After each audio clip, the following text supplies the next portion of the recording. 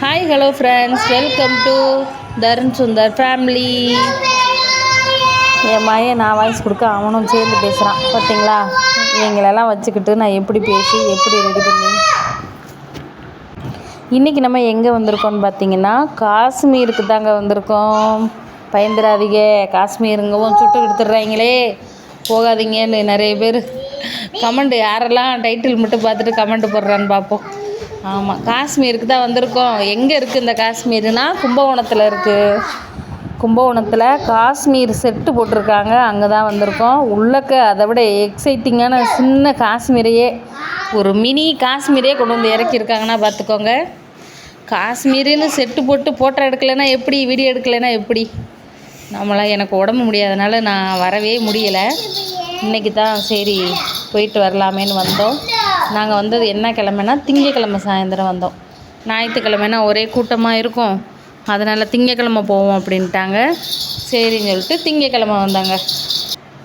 Ticket வந்து பார்த்திங்கன்னா ஒரு ஆளுக்கு 80 ரூபா. எனக்கும் எங்கள் வீட்டுக்காருக்கு மட்டும் டிக்கெட் எடுத்தோம்.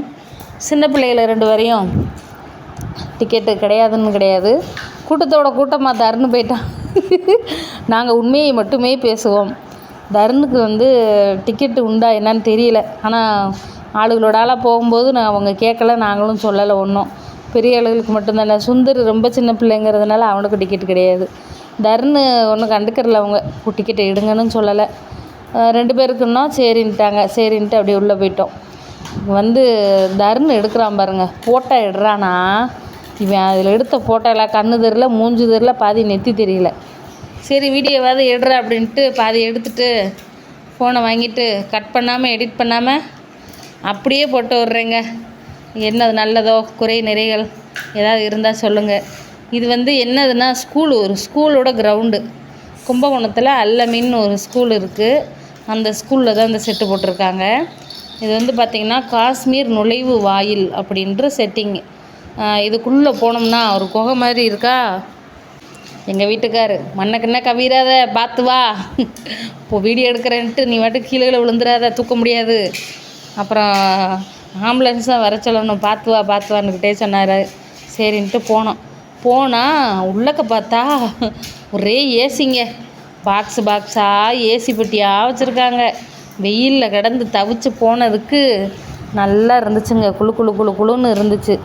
இது வந்து பார்த்திங்கன்னா காஷ்மீரில் உள்ள மரம், காஷ்மீரில் உள்ள செடி கொடி, காஷ்மீரில் உள்ள வீடுகள்லாம் எப்படி இருக்குங்கிறத அப்படியே ஒரு சின்ன மினி காஷ்மீர் மாதிரி போட்டு வச்சுருந்தாங்க செட்டு. எங்களுக்கு அந்த செட்டை பார்க்குறோமோ இல்லையோ, போய் ஏசியில் ஓடி போய் நின்றுக்கிட்டோங்க. வெயில் அந்த மாதிரிங்க கொளுத்தி எடுத்துருச்சு. இங்கெல்லாம் பார்த்திங்கன்னா ஒரே பூவு, பனி மலை மாதிரி, பனி பிரதேசம் மாதிரி அழகாக செட்டு போட்டிருந்தாங்க. தருண் சுந்தர் நல்லா என்ஜாய் பண்ணிட்டாங்க. அப்புறம் வந்து பார்த்திங்கன்னா ஃபோட்டோ எடுக்கலான்னு ஒரு இடத்துக்கு போனால் அந்த தத்ரூம் அந்த செட்டிங் வர்றதுக்காக தண்ணி ஊற்றி வச்சுருப்பாங்க போல். ஒரே சேர், அதுக்குள்ளே போக முடியாது. அதுக்குள்ளே போகாதீங்க, வெளியிலே நின்று எடுங்கன்ட்டு வெளியிலே நின்று ஃபோட்டோ எடுத்துகிட்டு நம்மளால் முடிஞ்சளவு நம்ம மூஞ்சியும் கொஞ்சம் நேரம் காட்டுவோம். நம்ம மூஞ்சை காமிச்சாதான் நம்ம சேனலு இவங்க தான் அப்படின்னு ஏற்றுக்கிறது. என்ன செய்ய, சின்ன பிள்ளைகளை காமிச்சா கமெண்டாக பண்ணி விட்டுறாங்க. பாருங்கள், அப்படியே வீடியோ எடுத்துக்கிட்டே வந்தாங்க. இதில் உள்ள வீடுகள்லாம் பார்த்திங்கன்னா காஷ்மீரில் எப்படி இருக்குமோ அதே மாதிரியே செட் போட்டிருந்தாங்க. பார்க்க நல்லா இருந்துச்சு. அங்கங்கே ஆளுகள்லாம் நிப்பாட்டி வச்சுருந்தாங்க. எதுக்குன்னா பிள்ளைங்க என்னத்தையா வயிறுக்கீரை தொட்டுருங்கள்ல, அதுக்காக. லீவு விட்டாச்சு. கும்பகோணத்தில் இருக்கிறவங்களாக இருந்தீங்கன்னா நீங்களும் உங்கள் குடும்பத்தோடு போங்க, ஏசி காற்ற வாங்குங்க, ஜாலியாக என்ஜாய் பண்ணிவிட்டு வாங்க. சின்ன பிள்ளைகளுக்கு முடிஞ்சளவு டிக்கெட் எடுக்காமல் நீங்கள் அப்படியே பெரிய ஆளுகளுக்கு மட்டும் எடுத்துக்கோங்க.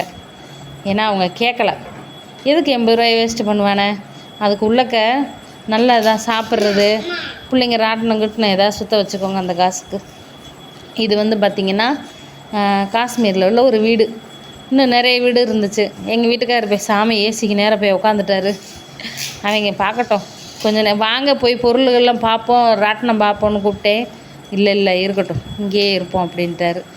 பாருங்கள், இதுதான் ஆப்பிள் மரமா. ஆனால் உலகத்தில் எங்கேயுமே இல்லாத அதிசயம், ஆப்பிள் தலைகீழ ஒட்ட வச்சுருக்காங்க. கொஞ்சம் அதை வந்து கவனிச்சிருக்கலாம். அதே எங்கள் வீட்டுக்காரர் தான் சொன்னார், இங்கே வேறு ஆப்பிள் தலையில் இருக்குது. அதை ஒரு ஷார்ட்ஸ் வேறு எடுத்து வச்சுருக்கேன், அதையும் போட்டு விட்றேன் பாருங்கள் நாளைக்கு. இங்கே வந்து ஏசி காற்று வாங்கி கொண்டு இருக்கிறார்கள் அப்பாவும் பையனும். குழு குழுன்னு வருதுங்க. அந்த ஓட்ட வழியே தாங்க காற்று வருது.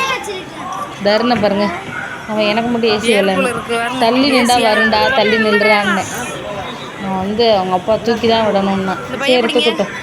சுந்தரோட சிரிப்புங்க. சுந்தர் வந்து ஒரு ராட்டினத்தில் சுற்றினான் பாருங்க, அதை விட சிரிப்பு. இது வந்து ஏமா பட்டர்ஃப்ளைன்னா அது பட்டர்ஃப்ளை இல்லைடா, ஏதோ காற்றில் இருக்கக்கூடிய பனிக்காட்டில் இருக்கக்கூடிய ஏதோ ஒரு பூச்சி அப்படின்னு சொல்லி அவனையும் சமாளித்து அப்படியே சுற்றி பார்த்துட்டு வந்தோங்க. இந்த 2 பேர் நிற்கிறாங்க பார்த்தீங்களா, இந்த பொண்ணும் இந்த பையனும். ஆரம்பத்துலேருந்தே எனக்கு டிஸ்டர்பாகவே இருந்தாங்கங்க. ஒரு ஃபோட்டோ எடுக்க விட மாட்டேங்கிறாங்க, ஊட வந்து நின்றுக்கிறாங்க. எது எடுத்தாலும் பிரச்சனை, நடுவில் வந்து நின்றுக்கிறாங்க. யாருன்னே தெரில பாருங்கள், எங்கே எடுத்தாலும் வந்துடுறாங்க 2 பேர். பாவம், சும்மா விளையாட்டுக்கு சொன்னேன். நம்மளை மாதிரி தான் நான் அவ்வளோ சுற்றி பார்ப்பாங்க. இப்போ வந்து அந்த ஏசி ரூமை விட்டு வெளியில் வந்தாச்சு.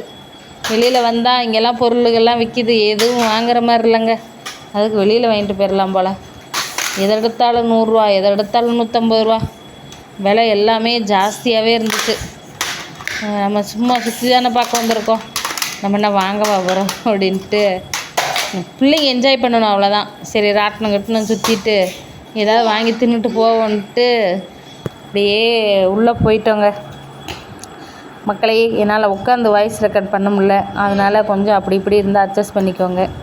இதுதாங்க நமக்கு ஏற்ற 10 ரூபா கடை. அதுக்குள்ளே போய் ஒரு 2 பொருளை வாங்கினேன். தலையில் முடி நிற்க மாட்டேங்கு, முன்னாடி விழுகுது. 2 கிளிப்பு. சுந்தருக்கு வந்து இந்த ஒத்த காரு, சுந்தருக்கு காரு தான் எப்பயுமே. ஜேசிபி வாங்கிக்கிட்டான். இந்த ஜேசிபியை வச்சு இன்னும் ஓட்டிக்கிட்டு தர்றான் பார்த்துக்கோங்க. சோறு கூட விருப்பம் இல்லை, இந்த கார் இருந்தால் போதும்னு தெரியுறான். அடுத்து வந்து தருணுக்கு பர்ச்சேஸு. அவன் ஒரு 100 ரூபாய்க்கு காருன்னுக்கிட்டு கிடந்தான். அவனுக்கு வந்து குட்டியாக இரும்பு கார் இருக்கும்ல, அந்த காரு. அடுத்து வந்து இங்கே வந்து சாப்பிட்ற இடம், சர்க்கஸு, இது எல்லாம் இருக்குங்க. இங்கே வந்து நாங்கள் என்ன வாங்கினோம் பார்த்திங்கன்னா, நூடுல்ஸுங்க. Chicken noodles 80 ரூபாயாம்.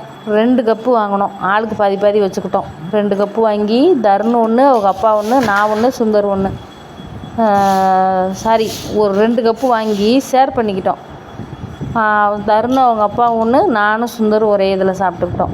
தருணு வந்து பார்த்திங்கன்னா இந்த ஒரு விளையாட்டில் தான் விளாண்டான், வேறு எதுலேயுமே அவனை ஏற்றி விடலை. சுந்தர் வந்து ஒரு ராட்டனத்தில் ஏறிட்டு தலை சுற்றுதுன்னுக்கிட்டு இருந்தான். இறக்கி விடுங்கன்னு. பார்த்திங்களா? அந்த வீடியோ பிடிச்சிருந்தா லைக் பண்ணுங்கள், ஷேர் பண்ணுங்கள், சப்ஸ்கிரைப் பண்ணுங்கள்.